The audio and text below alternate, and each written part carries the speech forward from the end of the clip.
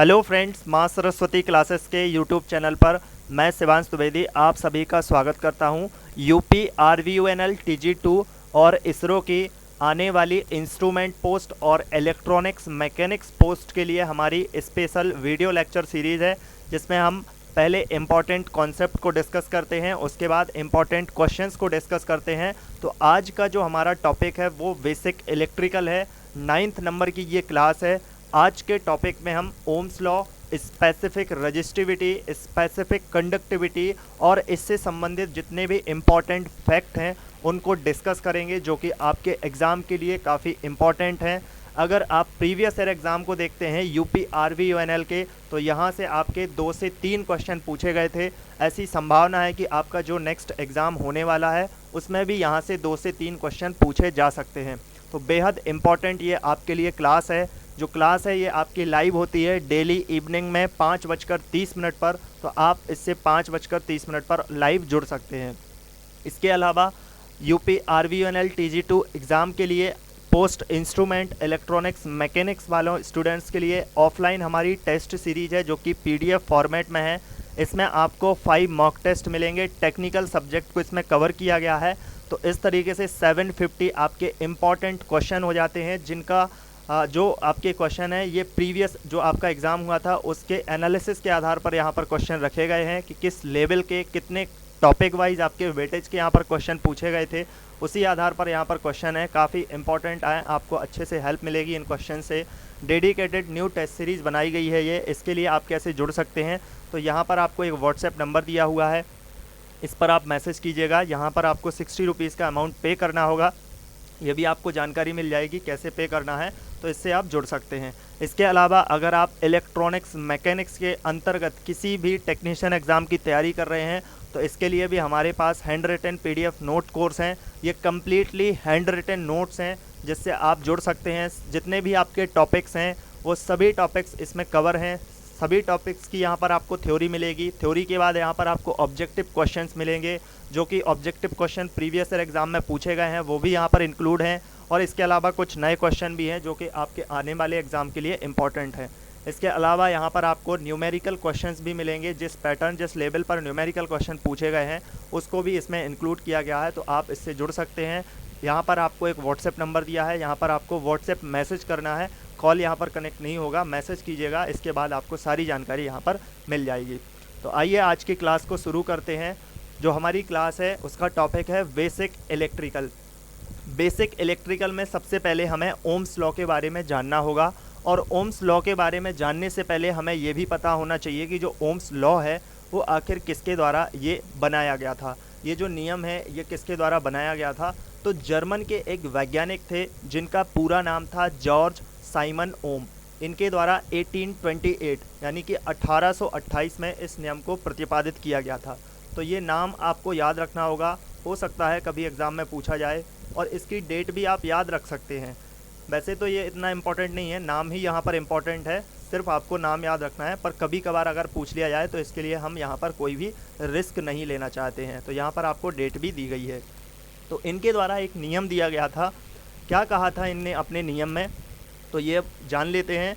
इनके द्वारा ये नियम में कहा गया था कि जो कोई भी चालक पदार्थ है, कोई भी चालक पदार्थ हो सकता है आपका, उसकी भौतिक अवस्था, उसकी फिज़िकल कंडीशन, जैसे कि उसकी लंबाई हो गई या फिर उसका तापमान, जिस टेम्परेचर वो पहले से रखा हुआ है उसके टेम्परेचर में कोई परिवर्तन नहीं होना चाहिए, या फिर उसकी लंबाई में कोई परिवर्तन नहीं होना चाहिए। कहने का मतलब ये हुआ कि उसकी जो भौतिक स्थिति है, फिजिकल जो स्टेज है, उसमें कोई परिवर्तन अगर ना हो, तो हम अगर इस स्थिति में उसमें कोई जो करंट फ्लो करते हैं, जो भी इसमें विद्युत धारा हम प्रवाहित करते हैं, तो वो विद्युत धारा इस चालक पदार्थ के जो सिरों पर विभवांतर हमने अप्लाई किया था, जो पोटेंशियल वेरियर इसमें अप्लाई किया था, तो उसके समानुपाती होती है। समानुपाती का मतलब क्या हुआ कि V समानुपाती I। समानुपाती का मतलब ये होता है कि अगर यहाँ पर पहली जो क्वांटिटी है, फर्स्ट जो यहाँ पर क्वांटिटी आप देख रहे हैं, उसमें अगर किसी भी प्रकार का परिवर्तन होता है तो सेकंड क्वांटिटी में भी परिवर्तन हो जाता है। अब परिवर्तन से मतलब यहाँ पर अगर फर्स्ट क्वांटिटी की वैल्यू अगर बढ़ रही है तो सेकंड क्वांटिटी की वैल्यू भी बढ़ेगी। इसका मतलब ये हुआ कि अगर कोई चालक पदार्थ है हमारे पास, उस चालक पदार्थ में हमने उस जितने टाइम पर हम इसमें जो करंट फ्लो कर रहे हैं उस दौरान हम उसके तापमान में कोई परिवर्तन नहीं कर रहे हैं, उसकी लंबाई में कोई परिवर्तन नहीं कर रहे हैं, तो हम इस चालक पदार्थ में जो हमने वोल्टेज यहाँ पर अप्लाई किया हुआ है, जो यहाँ पर पोटेंशियल बैरियर अप्लाई किया हुआ है, उस जो पोटेंशियल बैरियर है, अगर यहाँ पर जो विद्युत धारा इलेक्ट्रिक करंट है उसकी वैल्यू यहाँ पर इंक्रीज होती है, उसकी वैल्यू बढ़ती है, तो यहाँ पर जो लगाया गया विभवांतर होता है वो भी इंक्रीज होना चाहिए। या इसको कह सकते हैं कि हम अगर इसमें जो विभवांतर पोटेंशियल बैरियर लगाया गया है इसकी वैल्यू बढ़ा देते हैं, V की वैल्यू अगर हम बढ़ा देते हैं तो इस चालक पदार्थ में विद्युत धारा जो प्रवाहित होती है उसकी वैल्यू भी बढ़ जाती है। तो यहाँ पर इस बात को आप क्लियर हो पाए होंगे अभी तक आपको। तो यहाँ पर आप देख सकते हैं इसका यहाँ पर मैथमेटिकली भी यहाँ पर दिया गया है, डेरिवेशन भी दी गई है कि V समानुपाती I होता है। और जब भी हम कोई समानुपाती का जो चिन्ह है, यहाँ पर आप देख सकते हैं ये जो समानुपाती का चिन्ह है इसको हटाते हैं तो इसके यानी कि इसको बराबर में लाते हैं, तो इसके लिए हमें कोई वैल्यू लानी होती है, तो ये वैल्यू होती है R के बराबर। और R क्या होता है, उस चालक पदार्थ की जो यानी कि उस चालक पदार्थ है उसका प्रतिरोध ही R होता है। तो इस तरीके से R एक प्रकार की कांस्टेंट वैल्यू होती है जो कि उस चालक पदार्थ का रेजिस्टेंस या फिर उसको हम प्रतिरोध कहते हैं। तो ये ओम का नियम था, ओम के द्वारा ये नियम प्रतिपादित किया गया था। इसके बाद जो ओम का नियम है, यदि किसी चालक पर लगाया गया विभवांतर उसमें प्रवाहित होने वाली धारा के बीच हम अगर कोई ग्राफ खींचना चाहते हैं, जैसे कि हमने यहाँ पर अगर इसको ग्राफ के माध्यम से डिनोट करना चाहते हैं, तो यहाँ पर हम इसके लिए क्या करते हैं कि जो ग्राफ में हमें जो लाइन मिलती है वो एक सीधी रेखा मिलती है कुछ इस तरीके की। अब इसका मतलब क्या होता है इसको जान लेते हैं। तो ग्राफ के लिए यहाँ पर देख सकते हैं आप दो एक्सेस होती हैं, दो अक्ष होती हैं, एक यहाँ पर एक्स अक्ष होती है और एक यहाँ पर वाई अक्ष होती है। एक्स अक्ष पर हमने वोल्टेज को मान लिया और वाई अक्ष पर हमने करंट यानी कि आई को मान लिया। इसके बाद क्या हुआ, यहाँ पर आप देख सकते हैं कि जैसे ही हमने ज़ीरो वैल्यू की तो कोई बात नहीं, ज़ीरो पे ज़ीरो ही रहा, लेकिन जैसे ही हमने यहाँ पर वोल्टेज को बढ़ाया, वोल्टेज यहाँ पर आप देख सकते हैं ये वैल्यू, वोल्टेज को बढ़ाते हैं तो वोल्टेज यहाँ पर बढ़ता है, तो इसके समकक्ष जो करंट है वो भी इतनी बढ़ जाती है यहाँ पर।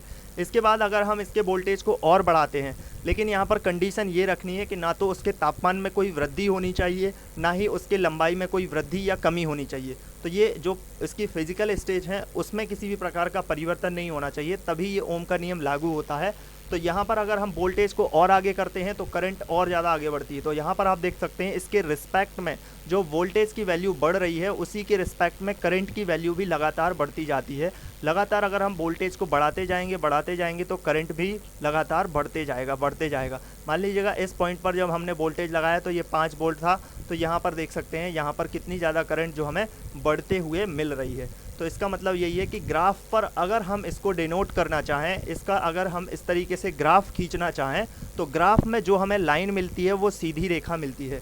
काफ़ी इंपॉर्टेंट पॉइंट है, आपको समझ आ गया होगा। यहाँ से क्वेश्चन कैसे बनेगा, तो क्वेश्चन बनेगा कि ओम के नियम के अनुसार अगर हम किसी चालक के सिरों पर लगाया गया विभवांतर और उसमें प्रवाहित होने वाली धारा का ग्राफिकल यानी कि अगर उसका ग्राफ खींचना चाहें तो जो हमें ग्राफ पर रेखा यानी कि जो लाइन मिलती है वो कैसे मिलेगी। क्वेश्चन रहेगा आपके पास कि वहाँ पर वेरिएबल लाइन मिलेगी आपको, या फिर आपको लीनियर एक सीधी रेखा मिलेगी, या उसमें परिवर्तन हो सकता है, या फिर उसमें कोई परिवर्तन नहीं हो सकता है।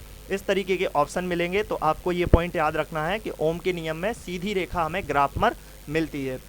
और दूसरी बात यह है कि ओम का जो नियम होता है वो केवल और केवल जो चालक धातु चालक होते हैं, धातु चालक यानी कि जो मेटल के कंडक्टर होते हैं, सिर्फ उन्हीं पर लागू होता है।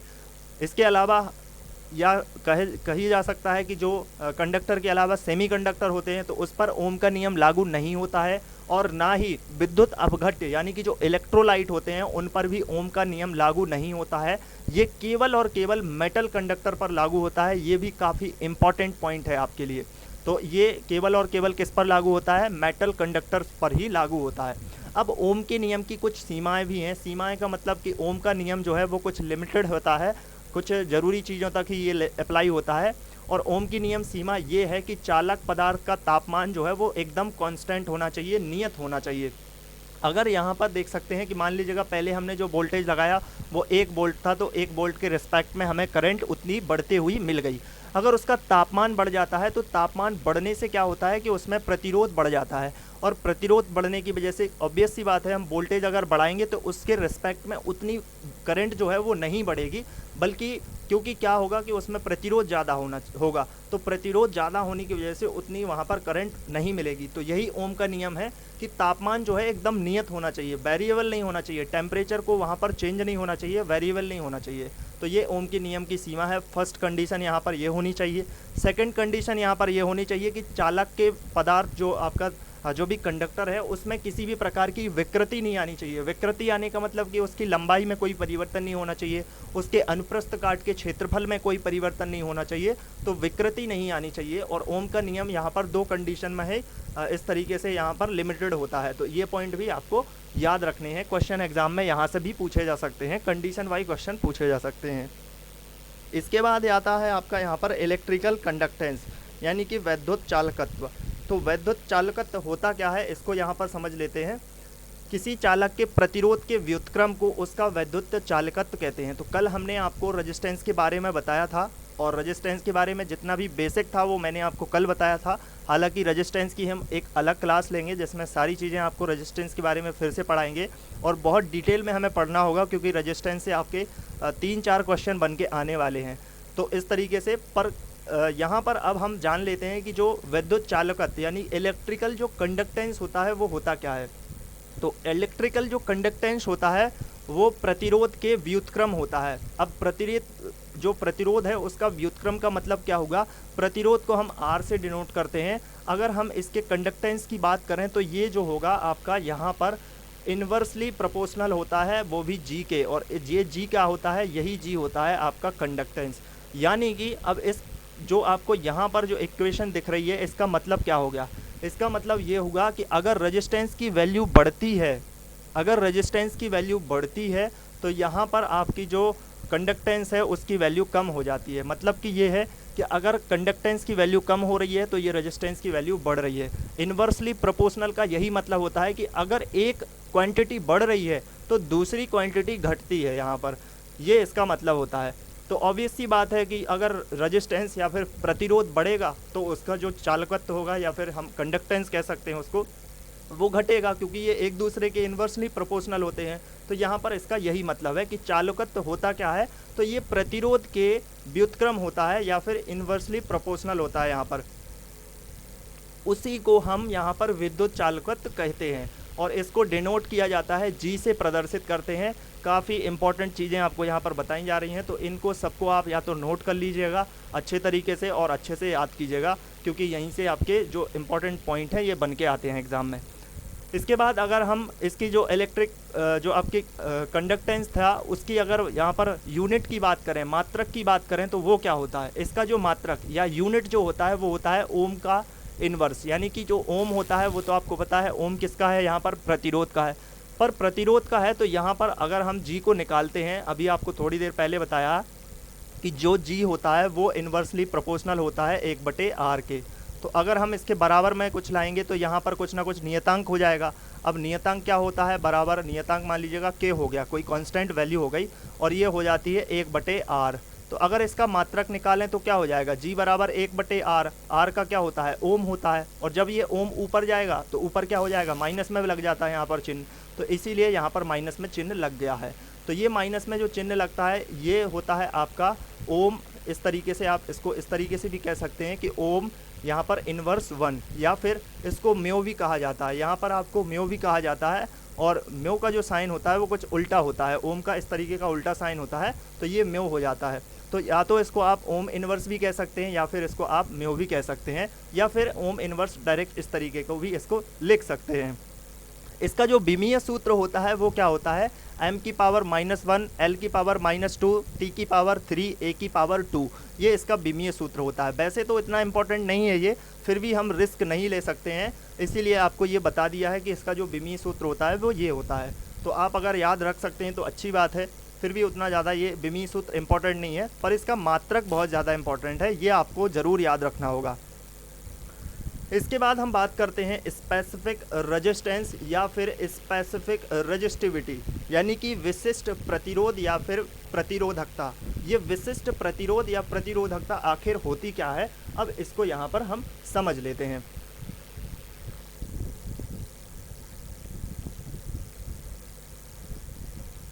तो यहाँ पर आप देख सकते हैं कि स्पेसिफिक रेजिस्टेंस जानने से पहले आपके पहले जो आपके पास था वो क्या था, रेजिस्टेंस था। आपने इससे पहले क्या जान लिया था, रेजिस्टेंस के बारे में जान लिया था। तो कोई भी चालक पदार्थ है उसका रेजिस्टेंस क्या होता है, उसका रेजिस्टेंस आर होता है। और आर किस पर डिपेंड करता है, तो ये भी आपको कल बताया था कि आर जो रेजिस्टेंस होता है वो चालक की लंबाई के समानुपाती होता है। यानी कि जो रेजिस्टेंस आर है वो समानुपाती किसके होगा, उस चालक पदार्थ की लंबाई के। तो चालक पदार्थ की लंबाई क्या होती है, यहाँ पर स्मॉल एल हो गई। ये बन गई एक इक्वेशन, यहाँ पर पहली इक्वेशन बन गई। तो हमने यहाँ पर पहली इक्वेशन यहाँ पर इसके बारे में डिनोट करके यहाँ पर लिख दिया। इसके बाद चालक का जो अनुप्रस्थ काट का क्षेत्रफल होता है, यानी कि उसका जो क्रॉस सेक्शनल एरिया होता है। क्रॉस सेक्शनल एरिया क्या होता है, जैसे कोई पाइप आपने देखा होगा, जैसे कि कोई पाइप हो गया तो उसका यहाँ पर स्टार्टिंग पॉइंट में जो यहाँ पर होल होता है, उतना होल का जो एरिया होता है उसी को क्या कहा जाता है, क्रॉस सेक्शनल एरिया कहा जाता है, अनुप्रस्थ काट का क्षेत्रफल कहा जाता है। तो इसी प्रकार से कोई चालक पदार्थ भी होगा, भले ही वो कितना भी पतला हो या ज़्यादा पतला हो या ज़्यादा मोटा हो, फिर भी उसका क्रॉस सेक्शनल एरिया कुछ ना कुछ तो होता है। तो जो चालक पदार्थ है उसके क्रॉस सेक्शनल एरिया के जो क्रॉस सेक्शनल एरिया को ए से डिनोट करते हैं, तो उस चालक का जो प्रतिरोध होता है वो उसके इन्वर्सली यहाँ पर देख सकते हैं आप, प्रोपोर्शनल होता है। इसका मतलब ये इसके क्या होता है, व्युत्क्रमानुपाती होता है, उसके अनुप्रस्थ काट के क्षेत्रफल के व्युत्क्रमानुपाती होता है। तो आर यहाँ पर व्युत्क्रमानुपाती L/A, या फिर हम यहाँ पर 1/A भी कह सकते हैं, बाद में यहाँ पर L का यहाँ पर मल्टीप्लाई कर लेंगे। तो यहाँ पर इस तरीके से सेकंड यहाँ पर इक्वेशन बन के आ जाती है ये। तो अब जब फर्स्ट और सेकंड इक्वेशन को हम मिक्स करते हैं, यानी कि फर्स्ट और सेकंड इक्वेशन को मिक्स करते हैं, तो आर यहाँ पर समानुपाती हो जाएगा एल तो ऊपर था पहले, क्योंकि ये डायरेक्टली समानुपाती था, यहाँ पर डायरेक्टली प्रोपोर्शनल था। और ए कैसा था, इन्वर्सली यहाँ पर प्रोपोर्शनल था। तो इन्वर्सली प्रोपोर्शनल के लिए यहाँ पर हमने नीचे की ओर यहाँ पर रख देते हैं। अब जब नीचे की ओर रखते हैं तो आप देखते हैं कि ये समानुपाती का जो चिन्ह होता है, जब हम इस चिन्ह को हटाते हैं, जब इसके बराबर में कोई साइन लाया जाता है, यानी कि इस चिन्ह को हटा करके हमें बराबर करना होता है, तो क्या करते हैं, इसके लिए हमें एक नियतांक की आवश्यकता होती है और कोई ना कोई यहाँ पर एक कांस्टेंट वैल्यू होती है जो कि इसमें मल्टीप्लाई होती है। तो यहाँ पर जो कांस्टेंट वैल्यू निकल के आई उसको क्या कहा जाता है, रो कहा जाता है। रो यानी कि ये इस तरीके से पी के जैसा निशान होता है, पर ये पी नहीं होता है, रो होता है, इसको रो कहा जाता है। तो यहाँ पर जो रो का निशान बन के आया, जो हमें रो यहाँ पर निकल के आया, यही क्या कहलाता है, स्पेसिफिक रेजिस्टेंस, या फिर इसको रजिस्टिविटी कहते हैं। और ये किस पर डिपेंड करता है, तो ये उस चालक पदार्थ जो भी है उसके अलग, हर पदार्थ की अपना अपना यहाँ पर रजिस्टिविटी होती है। जैसे अगर तांबे की बात की जाए तो उसकी रजिस्टिविटी अलग होती है, चांदी की अलग होती है, या फिर एल्यूमिनियम की अलग होती है। तो ये उसके पदार्थ के मटेरियल पर डिपेंड करता है। तो यहाँ पर जो नियतांक निकल के आया, उसी नियतांक को क्या कहा जाता है, स्पेसिफिक रजिस्टिविटी कहा जाता है। ये पॉइंट आपको यहाँ पर क्लियर हो जाना चाहिए। तो यहाँ पर अगर हमने जब निकाला था तो ये इस तरीके से इतनी इक्वेशन बन गई थी, इसको हमने रो कहा था। ये एक आनुपातिक नियतांक होता है जिसे हम चालक पदार्थ का विशिष्ट प्रतिरोध या फिर इसको प्रतिरोधकता कहते हैं। अगर यहाँ पर आप देख सकते हैं L बराबर हम बंद कर देते हैं। L बराबर बंद करने का मतलब कि वो एक एकांक जो लंबाई का तार ले लिया हमने, और A बराबर भी हमने बंद कर दिया। A बराबर बंद करने का मतलब कि उसका अनुप्रस्थ काट का क्षेत्रफल भी एकांक हो गया। तो जो रेजिस्टेंस निकल के आया, वही उसका रजिस्टिविटी कहला सकता है। यानी कि अतः किसी पदार्थ के एकांक अनुप्रस्थ काट का क्षेत्रफल और एकांक लंबाई के तार के प्रतिरोध को उसका विशिष्ट प्रतिरोध कहते हैं। यहाँ पर अगर आपको ये चीज़ क्लियर नहीं हुई होगी तो इसको क्लियर रहने दीजिएगा, कोई बात नहीं है। सिर्फ आपको इतना याद रखना है कि जो यहाँ पर नियतांक आया था, जो हमने जब यहाँ पर इसका जो इन्वर्सली प्रोपोर्शनल या फिर इसका डायरेक्टली प्रोपोर्शनल जो साइन था उसको हटाया था, तो यहाँ पर जो नियतांक निकल के आया था रो, ये रो ही होता है उसका स्पेसिफिक रेजिस्टेंस, या फिर इसको रजिस्टिविटी भी कहते हैं। इसका मात्रक क्या होता है, तो इसका जो मात्रक होता है वो ओम मीटर में यहाँ पर मात्रक होता है। मात्रक जो है वो काफ़ी इंपॉर्टेंट है। ओम मीटर इस तरीके का साइन बन सकता है, यहाँ पर ओम अलग बन जाएगा, मीटर का अलग साइन बन जाएगा। तो ये काफ़ी इंपॉर्टेंट आपके लिए पॉइंट है। इसके बाद अगर हम जो स्पेसिफिक रेजिस्टेंस होता है वो किस किस फैक्ट पर डिपेंड करता है, किन किन कारणों पर डिपेंड करता है, उसको जान लेते हैं। तो समीकरण अभी आपका यहाँ पर जो इक्वेशन निकल के आई वो कौन सी थी, ये वाली इक्वेशन थी। तो थर्ड इक्वेशन से यहाँ पर R बराबर रो L/A, ये आपको फॉर्मूला याद रखना होगा क्योंकि ये रेजिस्टेंस का फॉर्मूला है। रेजिस्टेंस बराबर होता है रो LA। क्वेश्चन यहाँ पर एग्जाम में पूछा भी जा सकता है, तो इसको याद रखना होगा। लेकिन यहाँ पर रो जो होता है, अभी तो रो की कोई वैल्यू नहीं आई हमारे पास, तो रो की भी अपनी खुद की एक वैल्यू होती है जो कि 2m_n_e², यहाँ पर टाउ, जो टी आपको यहाँ पर साइन लिख रहा है ना ये हल्का सा, इसको टाउ कहते हैं। तो ये इतना डिटेल में आपको जानने की ज़रूरत नहीं है, फिर तो आपको वहाँ पर करंट डेंसिटी को पढ़ना पड़ेगा, तब जाके आपको ड्रिफ्ट वेलोसिटी पढ़नी पड़ेगी, तब आपको ये सब चीज़ें क्लियर होगी। पर उतना डिटेल में नहीं जाना, क्योंकि वहाँ से आपके बारे में कुछ भी इतना इम्पोर्टेंट नहीं है। तो मैं आपको यहीं पे बता देता हूँ कि ये क्या चीज़ होती है। तो ये 2m जो है ये मीटर हो गया, उसकी लंबाई हो गया, n जो है वो, इस n का मतलब होता है कि उसमें कितने इलेक्ट्रॉन है उसकी संख्या हो गया, ई का मतलब यहाँ पर इलेक्ट्रॉन से हो गया कि उसमें कितना चार्ज है, और टाउ का मतलब होता है कि रिलैक्सेशन टाइम कहते हैं। रिलैक्सेशन टाइम जिसको श्रांति काल भी कहा जाता है। तो रिलैक्सेशन टाइम क्या होता है कि जब हमारे इलेक्ट्रॉन किसी चालक पदार्थ के अंदर मूव कर रहे होते हैं तो वो धनायनों से टकराते हैं, यानी कि जो पॉजिटिव वहाँ पर आयन है उनसे टकरा जाते हैं। तो उनके टकराने का जो समय होता है वही क्या कहलाता है, रिलैक्सेशन टाइम, या फिर उसको श्रांति काल कहा जाता है। तो यहाँ पर सिर्फ आप इतना जान लीजिएगा, डेंसिटी वगैरह वो सब आपको जानने की ज़रूरत नहीं है। तो यहाँ पर फिर रो की वैल्यू निकल के आती है कि रो क्या होता है, वो होता है 2m/n_e² टाउ। तो m और e क्या है, m e ऑलरेडी एक नियतांक है, m की अपनी वैल्यू है और e की अपनी वैल्यू है। e की वैल्यू क्या होती है, आपको इलेक्ट्रॉन का जो भी चार्ज होता है वो होती है। कल आपको बताया था कि एक इलेक्ट्रॉन का जो आवेश होता है वो कितना चार्ज होता है, तो 1.6 × 10⁻90 जो आपका कूलाम था वो इलेक्ट्रॉन पे चार्ज होता है। तो ये आपकी जो m और जो e की वैल्यू है ये तो कांस्टेंट रहती है, ये कोई चेंज नहीं होती है। लेकिन चेंज क्या वैल्यू होती है, n की वैल्यू। n का मतलब कि किसी पदार्थ में कम इलेक्ट्रॉन हो सकते हैं, किसी पदार्थ में ज़्यादा इलेक्ट्रॉन हो सकते हैं, तो ये n की वैल्यू चेंज हो सकती है। और टाउ की वैल्यू आपको बताइए कि उसमें जो इलेक्ट्रॉन जब मूवमेंट कर रहे हैं तो उनके बीच कभी ना कभी कुछ इलेक्ट्रॉनों के बीच टकराव होता है, तो उसका समय होता है। तो अगर कम समय लगता है तो ज़्यादा अच्छी बात होती है, ज़्यादा समय लगता है तो ये अच्छी बात नहीं होती है। तो ये टाउ होती है। तो जो विशिष्ट प्रतिरोध है ये सिर्फ 2 कंडीशन पर डिपेंड करता है। पहली कंडीशन यहाँ पर ये है कि चालक पदार्थ की प्रकृति पर, चालक पदार्थ की प्रॉपर्टी पे, यानी कि किसी पदार्थ का जो विशिष्ट प्रतिरोध रो जो होता है उसके मुक्त इलेक्ट्रॉनों की संख्या n के व्युत्क्रमानुपाती होता है। उसमें जितने ज़्यादा जो इलेक्ट्रॉन होंगे उसका जो रो होगा उसकी वैल्यू उतनी ही कम होगी, और रो की वैल्यू जितनी कम होगी उसका जो रेजिस्टेंस होगा वो उतना ही कम होगा, यानी कि उसका जो जी है कह सकते हैं जो उसका कंडक्टेंस है वो ज़्यादा होगा, वो उतना ही ज़्यादा चालक पदार्थ अच्छा होगा। यहाँ पर एक एक चीज़ को आप रिलेट करते जाइएगा, क्योंकि ऐसे क्वेश्चन आपके पूछे जा सकते हैं। मेरा यहाँ पर काम आपको कॉन्सेप्ट क्लियर कराना है, तो इससे जुड़े हुए बाकी क्वेश्चन भी अपने आप आपको बनने चाहिए, ठीक है। तो अगर किसी भी पदार्थ का जो विशिष्ट प्रतिरोध होता है, जो रो होता है, वो किस पर डिपेंड करता है, उसकी जो इलेक्ट्रॉनों की संख्या उसमें उपस्थित है उसके व्युत्क्रमानुपाती होता है। कहने का मतलब क्या है कि अगर इलेक्ट्रॉनों की संख्या ज़्यादा है, इलेक्ट्रॉनों की संख्या ज़्यादा होने का मतलब क्या हुआ कि रो की वैल्यू कम होगी। मैंने आपको बताया ना कि जो अगर इन्वर्सली प्रोपोर्शनल होता है तो एक क्वांटिटी अगर ऊपर होती है तो दूसरी क्वांटिटी नीचे जाती है।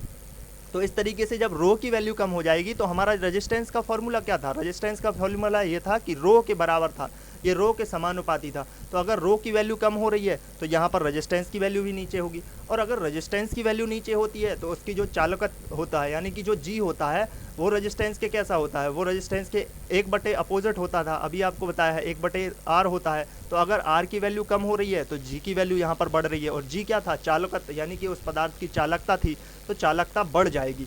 इसका मतलब क्या हुआ कि जिस पदार्थ में जितने ज़्यादा इलेक्ट्रॉन होते हैं, फ्री इलेक्ट्रॉनों की बात की जा रही है, जिस पदार्थ में जितने ज़्यादा फ्री इलेक्ट्रॉन होते हैं वो पदार्थ उतना ही अच्छा चालक पदार्थ होता है। तो यहाँ पर ये चीज़ आपको क्लियर होनी चाहिए, ठीक है। इसको अच्छे से याद कर लीजिएगा, समझ लीजिएगा।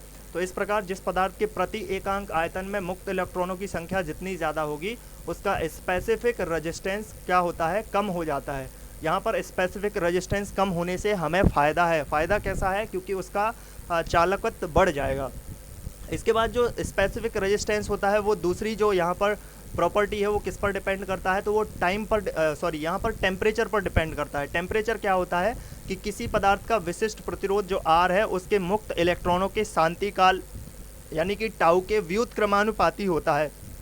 यानी कि श्रांति काल आपको बताया था कि श्रांति काल क्या होता है, जब इलेक्ट्रॉन किसी जब भी उसके अंदर जो मटेरियल है उसके अंदर जब मूवमेंट करते हैं तो वो क्या होते हैं, एक दूसरे से टकरा जाते हैं। अगर उनका टकराव का जो समय है वो वही कहलाता है श्रांति काल, यानी कि इसको रिलैक्सेशन टाइम भी कहते हैं, ठीक है। तो यहाँ पर मैं हिंदी वर्ड भी आपको बता रहा हूँ और इंग्लिश वर्ड भी बता रहा हूँ। तो यहाँ पर आप उस चीज़ को समझते जाइएगा। अगर मैं लिख के लाऊंगा सारी चीज़ें हिंदी में भी इंग्लिश में भी तो बहुत ज़्यादा टाइम लग जाएगा, तो आप थोड़ा सा यहाँ पर कॉपरेट कीजिएगा, ठीक है। तो ये होता है आपका श्रांति काल, यानी कि इसको रिलैक्सेशन टाइम कहते हैं और इसको टाउ से डिनोट करते हैं। तो अगर इलेक्ट्रॉनों के बीच ज़्यादा टकराव हो रहा है, एक इलेक्ट्रॉन यहाँ से आया, एक इलेक्ट्रॉन यहाँ से आया, इसके बीच टकराने में जो समय है अगर उस समय की वैल्यू कम है, तो इसका मतलब ये हुआ कि अगर कम समय में ज़्यादा इलेक्ट्रॉन टकरा जाएंगे तो वहाँ पर जो ऊर्जा है वो नष्ट हो जाएगी, हीट एनर्जी बन जाएगी। इसलिए उस चालक पदार्थ में क्या होना चाहिए कि उसमें टकराने का जो समय है इलेक्ट्रॉनों का एक दूसरे से, ये टकराने का समय कम होना चाहिए। अगर यहाँ पर आपका जो यहाँ पर आप देख सकते हैं कि जो टकराने का समय अगर यहाँ पर कम हो जाता है, तो जो टकराने के समय के कम होने की वजह से यहाँ पर रिलैक्सेशन टाइम जो है वो अगर कम हो जाता है, जल्दी जल्दी टकराते हैं, तो यहाँ पर रो की वैल्यू भी क्या हो जाएगी, बढ़ जाएगी। रो की वैल्यू बढ़ती ही क्या होगा कि हमारा रेजिस्टेंस जो है वो बढ़ जाएगा, स्पेसिफिक रजिस्टिविटी बढ़ जाएगी, तो यहाँ पर रेजिस्टेंस बढ़ जाएगा। रेजिस्टेंस बढ़ने की वजह से क्या होगा कि वहाँ पर कंडक्टेंस कम हो जाएगा। तो इस तरीके से सारी चीज़ों को आपको एक दूसरे से रिलेट करके समझना होगा। तो यहाँ पर अगर ये वैल्यू घटती है तो ये वैल्यू बढ़ जाएगी, ये वैल्यू अगर घटती है तो ये वैल्यू यहाँ पर बढ़नी चाहिए, जब ये बढ़ेगी तो ये घट जाएगी। इस तरीके से अगर उनका जो श्रांति काल रिलैक्सेशन टाइम जो है वो अगर कम होता है तो ये अच्छी बात होती है, ठीक है। अगर कम होता है तो हमारा जो स्पेसिफिक रेजिस्टेंस होता है वो क्या हो जाता है, स्पेसिफिक रेजिस्टेंस यहाँ पर ये कम होने की वजह से ये बढ़ जाता है, लेकिन ये ज़्यादा होने की वजह से ये कम हो जाता है। ये चीज़ आपको यहाँ पर क्लियर होगी। इसका मतलब क्या हुआ कि अतः ताप बढ़ाने पर इलेक्ट्रॉनों का जो ड्रिफ्ट वेलोसिटी होती है वो बढ़ जाएगी। ड्रिफ्ट वेलोसिटी बढ़ने की वजह से वहाँ पर जो टाउ है उसकी वैल्यू कम हो जाएगी, जिससे जो विशिष्ट प्रतिरोध जिसको हम स्पेसिफिक रेजिस्टेंस कहते हैं उसका मान क्या हो जाएगा, बढ़ जाएगा। तो इस तरीके से ये सारी चीज़ें आपके जो है क्लियर हो गई होंगी। इसके बाद यहाँ पर ध्यान रखना होता है हमें, ये बात एक इम्पॉर्टेंट पॉइंट है आपके लिए कि जो स्पेसिफिक रजिस्टिविटी होती है वो ना तो तार की लंबाई पर डिपेंड करती है, ना ही उसके अनुप्रस्थ काट के क्षेत्रफल पर। रो का अलग फार्मूला बताया था आपको कि 2m, ठीक है, n e स्क्वायर टाउ, ये रो का फार्मूला था, और r का फार्मूला अलग था, r बराबर L/A, यहाँ पर रो भी लगा हुआ था। तो ध्यान रखना है कि रो स्पेसिफिक रजिस्टिविटी और रेजिस्टेंस में थोड़ा सा डिफरेंस है, इन दोनों के फॉर्मूले भी अलग हैं। फार्मूला अगर आप याद रख सकते हैं तो रखिएगा, हो सकता है न्यूमेरिकल क्वेश्चन पूछा जाए। तो यहाँ पर ध्यान रखना होता है कि जो क्वेश्चन आ जाता है एग्जाम में, और कई बच्चे यहाँ पर कंफ्यूज हो जाते हैं, वो रिलेट कर लेते हैं क्या, वो रिलेट कर लेते हैं कि यहाँ पर रेजिस्टेंस और रजिस्टिविटी जो होती है वो एक जैसी होती है, जबकि एक जैसी नहीं है। यहाँ पर थोड़ा सा डिफरेंस है कि जो स्पेसिफिक रजिस्टिविटी होती है वो ना तो चालक तार की लंबाई पर डिपेंड करती है, ना ही उसके एरिया पर डिपेंड, क्रॉस सेक्शनल एरिया पर डिपेंड करती है। तो अब यहाँ पर हम इसके अंतर को भी जान लेते हैं कि आखिर जो प्रतिरोध है और विशिष्ट प्रतिरोध है इसमें अंतर होता क्या है। तो किसी चालक का प्रतिरोध उसकी लंबाई और उसके अनुप्रस्थ क्रॉस सेक्शनल एरिया के क्षेत्रफल पर निर्भर करता है, जबकि जो किसी चालक पदार्थ की जो रजिस्टिविटी, जिसको हम प्रतिरोधकता या फिर स्पेसिफिक रजिस्टिविटी कहते हैं, वो एक नियत राशि होती है, एक कांस्टेंट राशि होती है, जो कि ना कि उसकी लंबाई पर, ना ही उसके अनुप्रस्थ काट के क्षेत्रफल पर निर्भर करती है, बल्कि पदार्थ पर निर्भर करती है। ये पदार्थ की खुद का गुण होता है कि अगर उसमें मुक्त इलेक्ट्रॉन की संख्या ज़्यादा है, जितनी ज़्यादा मुक्त इलेक्ट्रॉन है उस पदार्थ की स्पेसिफिक रजिस्टिविटी उतनी कम होगी और वो चालक पदार्थ उतना अच्छा कंडक्ट कर पाएगा, यानी कि उसमें कंडक्टर बनने का अच्छा गुण होगा। इसके अलावा यहाँ पर इसका जो यूनिट है, इसका मात्रक जो होता है वो ओम में होता है, और इसका जो मात्रक होता है वो ओम मीटर में होता है। तो दोनों चीज़ें आपको याद रखनी होंगी। ये बहुत इंपॉर्टेंट चीज़ें आपको बताई जा रही हैं, एकदम यहाँ पर आपको मक्खन निकाल के बताया जा रहा है कि इतना पढ़ लीजिएगा, आपको इतना ही पढ़ना होगा, इससे ज़्यादा पढ़ने की ज़रूरत नहीं है। सारी चीज़ें यहाँ पर आपको एनालिसिस करके पढ़ाई जा रही हैं, कुछ भी यहाँ पर ना कम पढ़ाया जा रहा है ना ज़्यादा पढ़ाया जा रहा है। इसके अलावा यहाँ पर अब हम नेक्स्ट देख लेते हैं स्पेसिफिक कंडक्टिविटी। जैसे अभी हमने स्पेसिफिक रजिस्टिविटी पढ़ी थी, ठीक वैसे ही यहाँ पर एक और टर्म होती है हमारी स्पेसिफिक कंडक्टिविटी, जिसको हम विशिष्ट चालकता कहते हैं। और विशिष्ट चालकता जो होती है वो क्या होती है, तो किसी पदार्थ के विशिष्ट प्रतिरोध के व्युत्क्रम को ही उसकी विशिष्ट चालकता कहते हैं। जैसे हमने रजिस्टिविटी जो पढ़ी थी वो रो से डिनोट करते थे हम, तो जो रजिस्टिविटी है वो क्या है, 1/, यहाँ पर देख लेते हैं जो हमारा स्पेसिफिक कंडक्टिविटी है।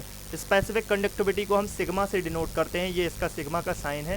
तो स्पेसिफिक कंडक्टिविटी बराबर होती है 1/ρ, या फिर इसको प्रोपोर्शनल भी कर लीजिएगा आप, या फिर 1/ρ कर लीजिएगा डायरेक्ट। तो इसका मतलब क्या होता है, इसका मतलब ये होता है कि अगर इसका जो रो यानी कि स्पेसिफिक रजिस्टिविटी की वैल्यू कम होती है तो ये वैल्यू बढ़ती है, और ये वैल्यू बढ़ने का मतलब क्या है, यानी कि यहाँ पर स्पेसिफिक कंडक्टिविटी बढ़ रही है, और इसका मतलब ये हुआ कि जब ये वैल्यू बढ़ती है तो हमारा ये पदार्थ जो होता है वो उतना ही अच्छा चालक बन जाता है। तो यहाँ पर आपको ध्यान रखना होगा कि किसी भी मटेरियल की जो स्पेसिफिक कंडक्टिविटी होती है वो उस पदार्थ के विशिष्ट प्रतिरोध के व्युत्क्रमानुपाती यानी कि इन्वर्सनली प्रोपोर्शनल होती है, और स्पेसिफिक कंडक्टिविटी को सिग्मा से डिनोट करते हैं। अच्छे से याद कर लेना, इसको समझ लेना कि इसका जो साइन होता है वो सिग्मा इस होता है, यहाँ पर सिग्मा से इसको डिनोट किया जाता है।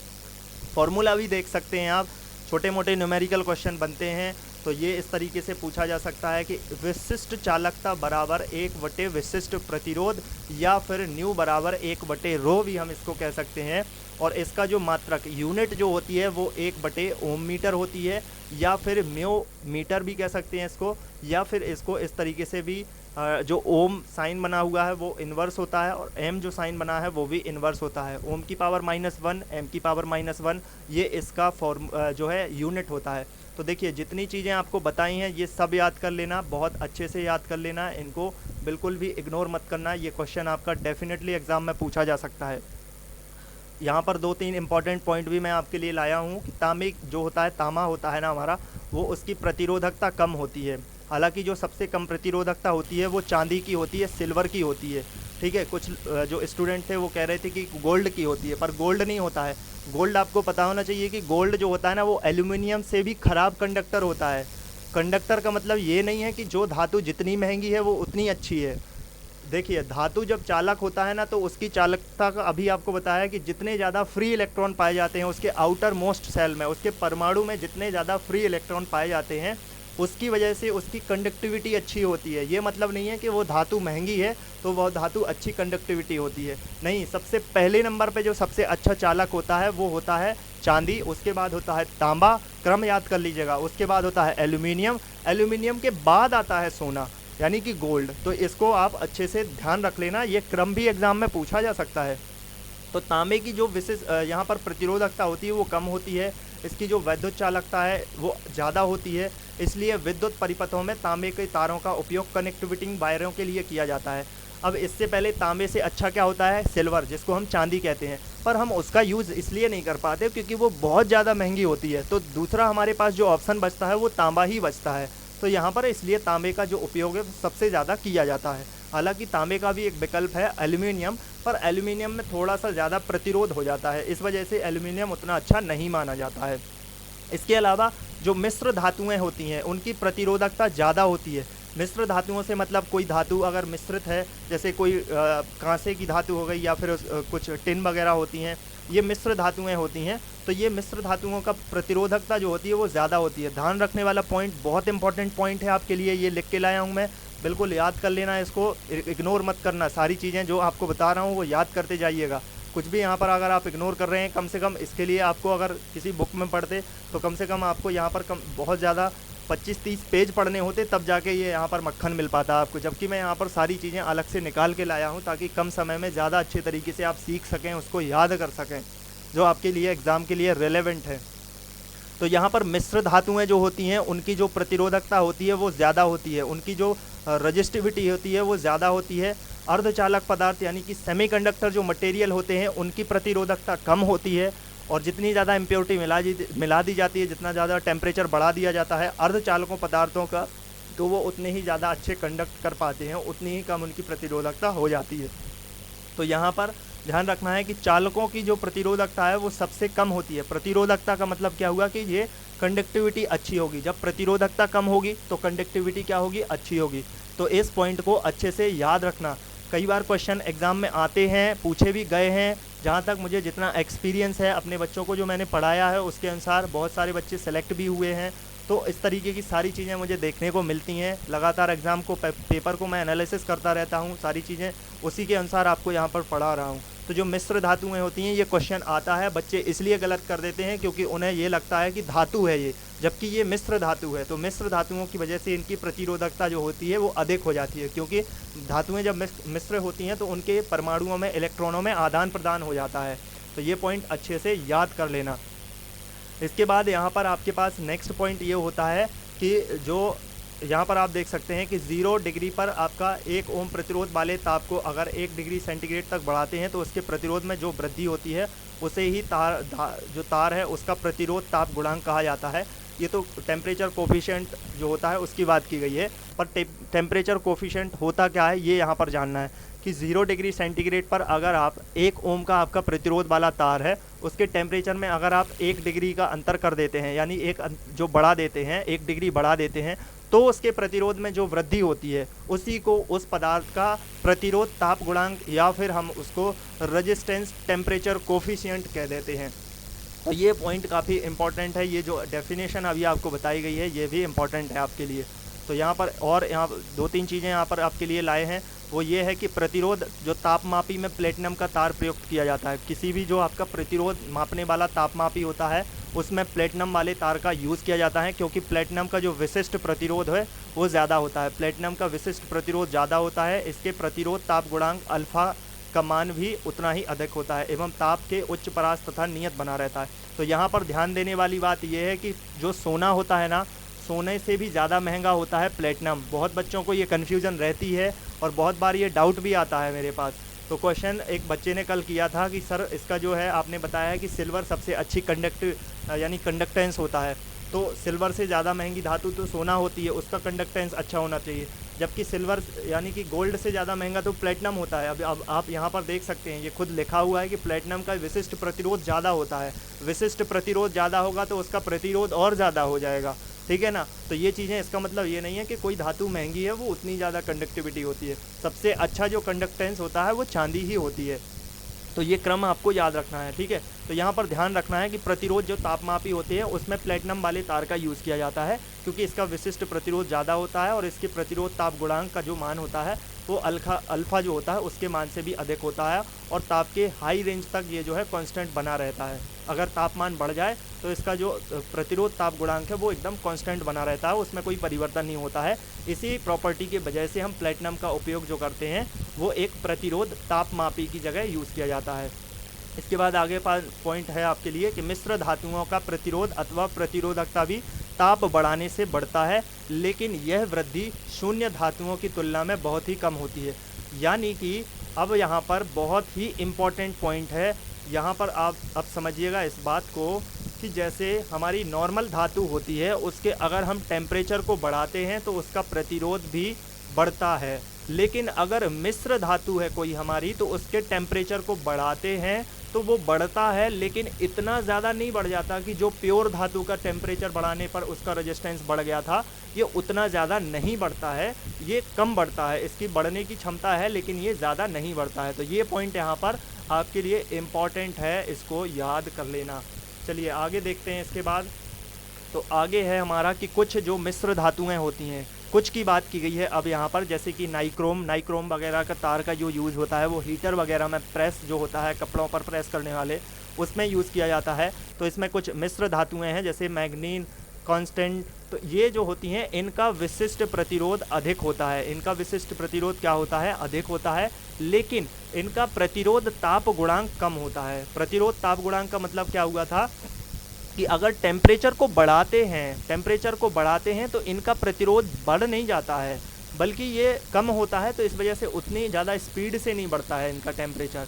तो इसी वजह से ये धातुएं क्या नहीं होती हैं, गलती नहीं है, यानी कि ये पिघलती नहीं है, अर्थात ताप बढ़ाने पर इनके प्रतिरोध में बहुत कम ही वृद्धि होती है।